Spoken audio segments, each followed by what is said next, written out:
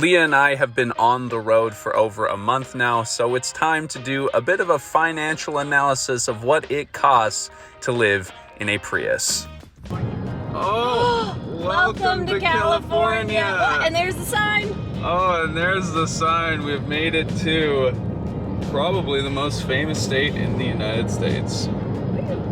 Hello team, welcome to California. We are very excited to be here and we are starting our journey with the Redwoods. Wow. Look at this.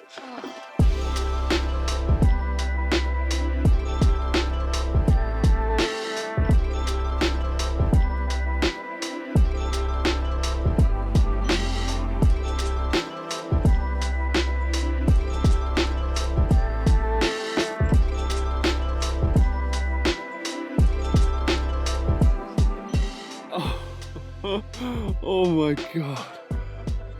Oh, this is...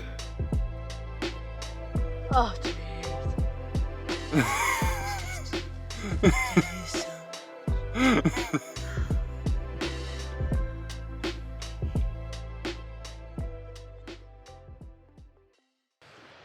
How much do Leah and I spend living in the Prius? I'm trying to change my shirt, dude. Stand there for 5 to 6. This video is sponsored by Van City Credit Union. They're an amazing financial institution that we've been banking with for a couple of years now. We're going to be talking about them later in the video. There's a bug on your face. I'm so sorry. There was another bug on your face.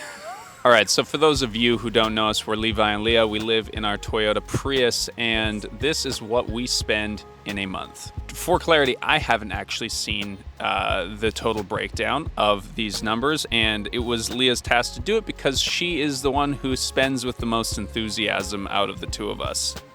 That's why it was my task? Well, also because I film and edit the videos, so That's true. I could take on some admin stuff, so that's why I've done it.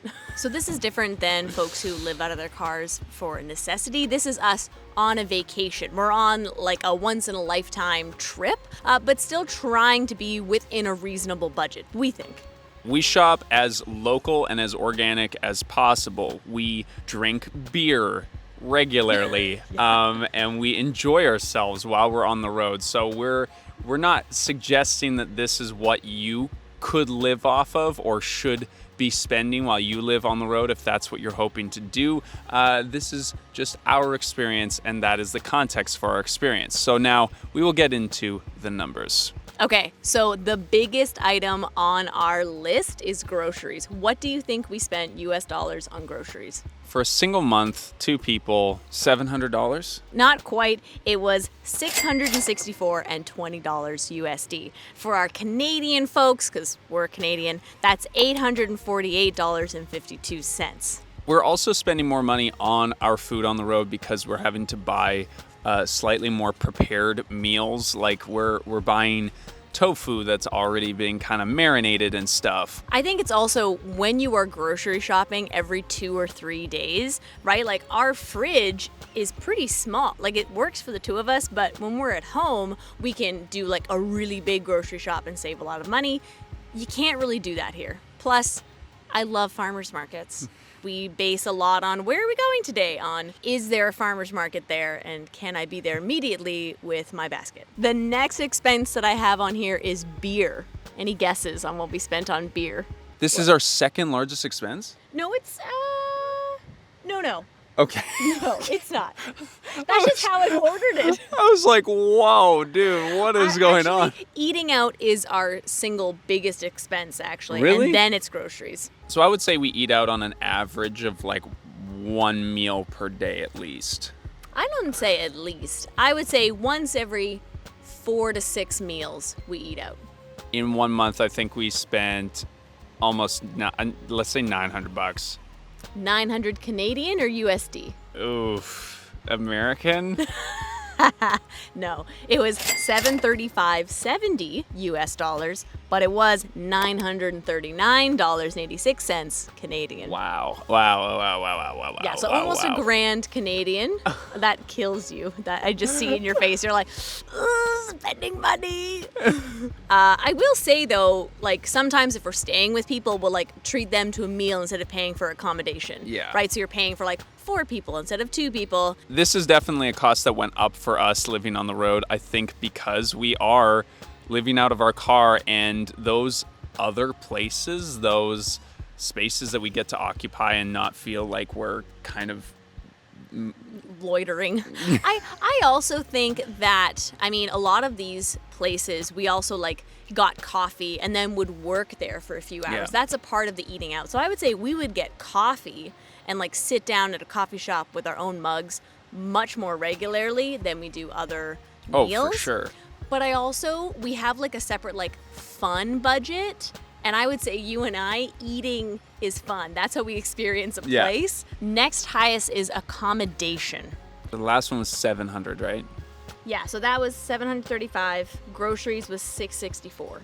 Wait, so we haven't done them from the most expensive. I told you that was actually the number one and I did it. Now I'm doing it in order. Guys, I'm so sorry. This is not coherent at all in any way. I did organize it in a way that makes sense for my brain. And then as I did... $500?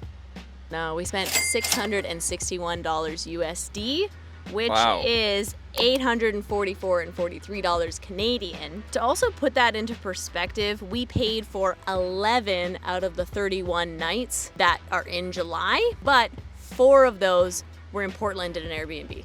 So that Airbnb in Portland is a necessity for us because we are working on the road. We have a second channel called Future Proof where I have to record videos. It's an explainer channel. You probably know it if you're watching this video. So we needed to have 4 days in an Airbnb for me to record all of that content. And if we didn't have that Airbnb in there, how much would we have spent? $166. If we didn't have the Airbnb, which is nearly $500, we would have spent $166 on camping. Wow. Yeah, see, that's where the difference can really be made. Okay. Next on the list is beer. We have a whole section for beer. It's the 4th item, and that doesn't include like eating out in which there was beer involved. This is like at a brewery or we bought like booze at a liquor store. We have been drinking more on this trip. It is very hard to distinguish between vacation days and work days while living out of a car. Oh, in a month, $350 US. We spent $266.52 USD and $340.48 Canadian. That was the conversion there. On beer alone, that is crazy. On beer alone, not beers that we had with dinner. We were supporting a lot of local breweries, okay? Okay, so the next one that I have here is like fun/miscellaneous. Yeah, this is where we like spent cash on things that were like cool experiences. $250. $179.16 USD, so 228 Canadian. Okay, so what is our total for the first month of living on the road? Before we give you our final numbers, we have to thank Van City Credit Union for sponsoring this video. Before you click away, this is not your average sponsorship because no one else on YouTube is sponsored by Van City. The great thing about Van City is it's not one of these big banks that spends your money on things that you don't believe in. Van City is a credit union. It gives back to its communities, it gives back to local businesses, and it feels really good to put your money into a place that actually supports your values. If you are located on the west coast of Canada, this is probably the best credit union to be a part of. They have been carbon neutral before it was cool. They give back a ton of money and their customer service is actually insanely good. On this trip, we have been trying to manage our money and pay people who are helping us work on Future Proof, and I have a buddy named Andrew who works at Van City who helps me manage my money while on the road. So we have nothing but amazing things to say about this organization. Now, I know there's a lot of talk about responsible investing and green banking and stuff like that, but Van City is a co-op and a credit union, and they've been doing this for a long time. So it is important for you to put your money into an organization that supports your values, and Van City is one of the best. So thank you so much to Van City for helping make this car life reality happen. And if you want to support us and support them, go and check them out down through the link in the description. So what is our total for the first month of living on the road? The overall total is $3,250.83 USD. You guessed $3,500. Okay. But in Canadian dollars, it's $4,152.98. So within that $3,250, that is including our car insurance, travel insurance, our phones, and some equipment setup as well. So those are like the non-fun things that we included. Yeah. However, we also have a special line in our budget for books. Frig. How much do you think we spent on books in the month of July? How many books have you read in the month of July? At least 4, maybe 5. Is it more than $100? No. Okay. So not that bad. $70. $79.50 USD. So in Canadian dollars, that is $101.56. On books, we have $100 a month to spend on books, which honestly I'm okay with. Okay, so in conclusion, we're sitting here living in our car, traveling the world for $1,700 a month USD, around $2,000 a month Canadian. Each. Which, if you were traveling solo, this would be more expensive just because we share a lot of stuff. We're sharing the gas, we're sharing the insurance, et cetera, et cetera. But I think that's a pretty solid monthly cost average, considering that we're seeing and doing just the most amazing stuff every single day. Right? I think the wild thing is that our gas budget is like the 5th item on the list of what we actually spend money on. Wow, what do we spend? In the month of July, we spent $153.66 USD. So in Canadian dollars, that's $196.30. That is such a huge thing, because if you were in those big vans, you would be spending that at least every time you filled up.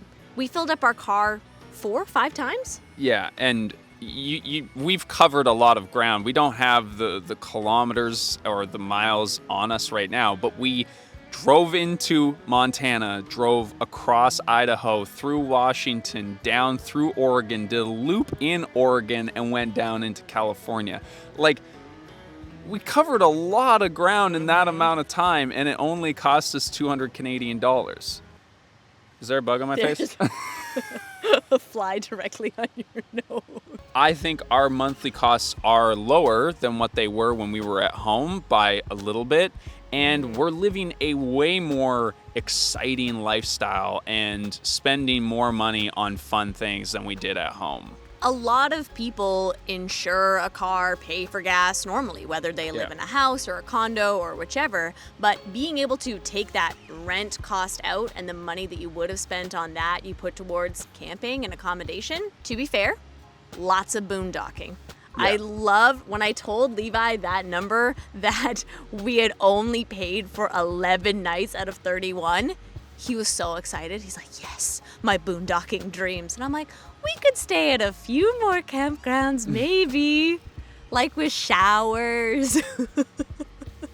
And once again, that includes a luxurious 4 days in an Airbnb that we had factored in from the beginning. So, sorry, one sec. My thingy is... Why is this? Oh, no, I got it now. Okay, keep going. So this is our first rest area evening camp strategy. All right, so we are here on a rest stop just outside of Trinidad, California. And I know what you're gonna ask. Why are you wearing toques? Yes, it is August in California, but here on the coast, it is extremely cold. We have been wearing hoodies, pants, and toques for the last 2 or 3 days. Guess you never know what to expect. So I know we have a whole book budget, but I got this for free in one of those little book things. And I know you're thinking, ooh la la, like, it'll be a sexy book. We have sex once at the end. It wasn't even worth it. No detail, terrible writing. I know it's gonna be terrible, it's supposed to be an escape, but it's gotta be hotter if you're gonna make me read this trash. So one of the reasons why we are here at the rest stop is because they have an 8-hour policy here in California, so you can stay in a rest area for up to 8 hours. They don't enforce that super well, but they also have washrooms and recycling facilities, as well as trash and water, which is super awesome. So you'll find a lot of people like us, most likely, as you can sort of see behind us there, staying overnight. So tonight we are going to be reheating some Thai leftovers that we got from a restaurant down the road. This was half of one of the dishes that we ordered, so we're learning that the portions in the US are a little large.